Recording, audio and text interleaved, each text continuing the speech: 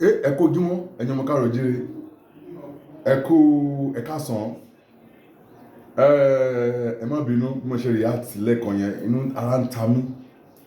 ta mí ẹni tó bá gbọ́n tó bá wà ilé ayé tó bá wà ní Nàìjíríà bí gbogbo kan ṣe rí Nàìjíríà ń sìn ẹni tó bá wà ní Nàìjíríà tó bá ti gbọ́n ẹni ò lè gbọ́n láyé kò lè gbọ́n mọ́ kò lè gbọ́n mọ́ kì í ṣe bóyá ọ̀rọ̀ eré kò lè gbọ́n mọ́ please and please tẹ́ bá rí pé èèyàn kan dúfẹ́ dùpù yín online tọ́jọ́ pé òun babaláwo international ẹni kò jọ kó bá yín chat ní WhatsApp lórí WhatsApp tọ́jọ́ pé òun fẹ́ bá yín chat ẹni ẹ fẹ́ rí ojú ẹ̀ ẹni ẹ fẹ́ rí ojú ẹ̀ ẹni ẹ fẹ́ rí ojú ẹ̀ ẹni ẹ fẹ́ rí ojú ẹ̀ pé ẹ fẹ́ bá ṣe fídíò call ẹni ẹ fẹ́ bá ṣe fídíò call mo sáà lè record voice mi sílẹ̀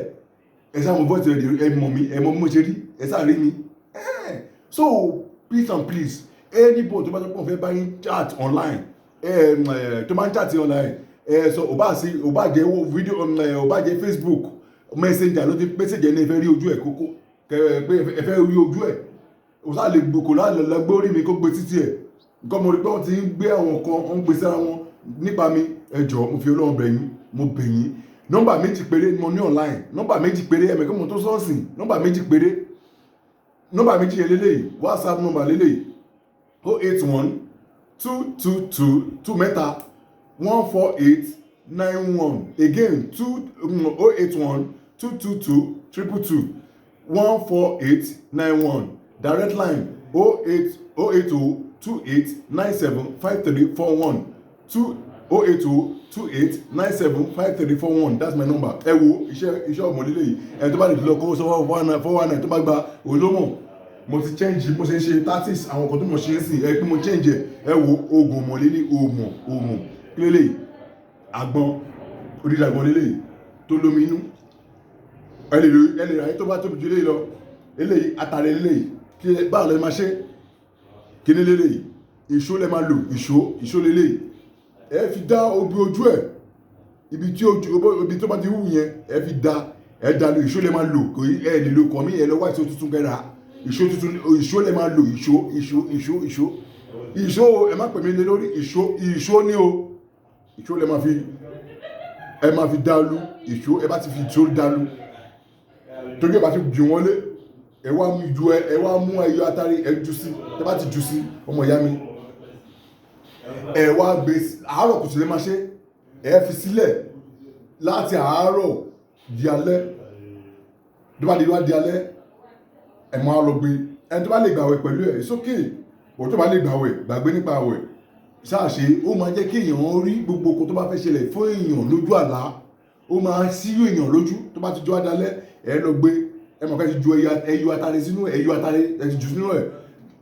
di alẹ́ ẹ máa gbé sẹ́nu ẹ máa fà á ẹ máa fi ibi tẹ́ lu yẹn àti ẹ máa ti fà á ẹ máa mú gbogbo mi ẹ ṣàdúrà sí ẹ ṣàdúrà sí ẹ̀wọ̀n á tibẹ̀ ẹ mú ẹ bá mú ẹjẹ atare ẹ pẹ̀lú ẹ that's all ẹ lè máa ṣe bójá ẹ̀ẹ̀kan lóṣù ọmọ ìyá mi tó ń bá fẹ́ ṣe ẹni jàǹbá lójú àlá lójú oorun wàá rí bó lè jẹ́ èèyàn tó lè ṣe báyìí èèyàn lè ṣe lálẹ́ kó filẹ̀ di ó lè ṣe lálẹ́ kó wá filẹ̀ di ọjọ́ kejì kó wá di ọjọ́ kejì láì tí sọ̀rọ̀ sẹ́nibọ̀dì kó lọ mú ó lè ṣe bẹ́ẹ̀ bó ti iṣẹ́ confam o iṣẹ́ confam kó ké lójú wẹ́yẹ lèmi ò ní mọ̀ àwọn òbí irọ́ ni torí pé èyí tó wà lọ́wọ́ ẹ̀ òun ló jẹ́ lójú bọ̀ tolúwa nílé àti ẹ̀kún rẹ̀ ayé àti àwọn tó tẹ̀dó sínú àwọn olótẹ̀dó sínú rẹ̀ àwọn kan báyìí ni abáláyé ni ọmọ ìyá mi don't allow scammer to scam you don't allow scammers to scam you please and please I'm begging you please and please I'm not the one tó bá rí pé èmi ni màá ṣépè fún ẹ ó bá rí pé ó bá bá mi tó bá scam ẹ tó bá bá mi màá ṣépè fún ẹ please and please ìrírí àtùkọ́ ajẹ́ tí wá o ẹ rí pé inú mi ò dùn mo ti bá wa sọ̀rọ̀ inú mi ò dùn because due to àwọn èèyàn tó ń pè mí lé lórí mo bẹ̀ wá o ìrírí àtùkọ́ ajẹ́ tí wá o thank you very much go ire o.